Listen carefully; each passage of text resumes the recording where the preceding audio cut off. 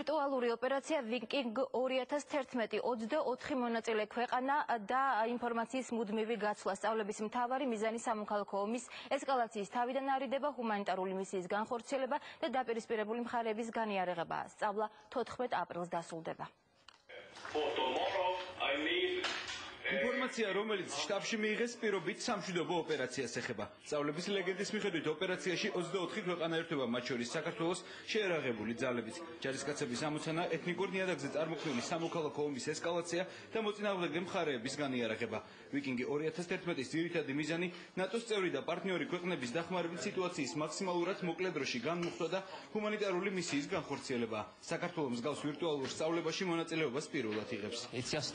ეს არის გეგმიური სასწავლო პროგრამა, რომელსაც საქართველოში ვახორციელებთ. ამ პროგრამის მიზანია იმ შემთხვევაში, თუ საქართველოს შეერაღებულ ძალებს მოუწევთ საბრძოლო ოპერაციების განხორციელება, ქართული ჯარისკაცები მაქსიმალურად მომზადებულები იყვნენ. კავშირის უახლესი საშუალებები, ინფორმაციის მაქსიმალური დაცულობა და კოორდინირებული მუშაობა სწავლებაში მონაწილე ყველა ქვეყანასთან. ეს სწავლების ერთ-ერთი მთავარი პრინციპია. მასშტაბურ სწავლება Viking 2011-ში 24 ქვეყნის 2200 წარმომადგენელი მონაწილეობს. ვირტუალური სწავლება მაქსიმალურად მიახლოვებულია რეალურთან. ინფორმაციის საიდუმლოებას სპეციალური კიბერუსაფრთხოების ჯგუფი უზრუნველყოფს. ჩვენი ამოცანა არის ბრიგადიდან მიწოდებული მითითებები, ბრძანებები შევიყვანოთ კომპიუტერში, პირად შემადგენლობამდე დავიყვანოთ, ასევე გამთამაშებელი ჯგუფიდან მოწოდებული ინციდენტები და შემთხვევები მივაწოდოთ ბრიგადის შტაბს, რათა მან მიიღოს გადაწყვეტილებები.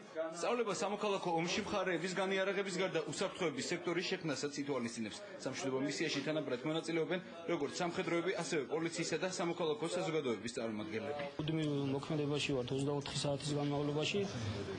აქედან ჩვენ შეგვიძლია ციფრულად თვალყური ვადევნოთ ასობით კილომეტრზე დაშორებულ ბრძოლას და ზუსტად ვიცოდეთ საკუთარი ქვედანაყოფების და მოწინააღმდეგე ძალების ვითარება.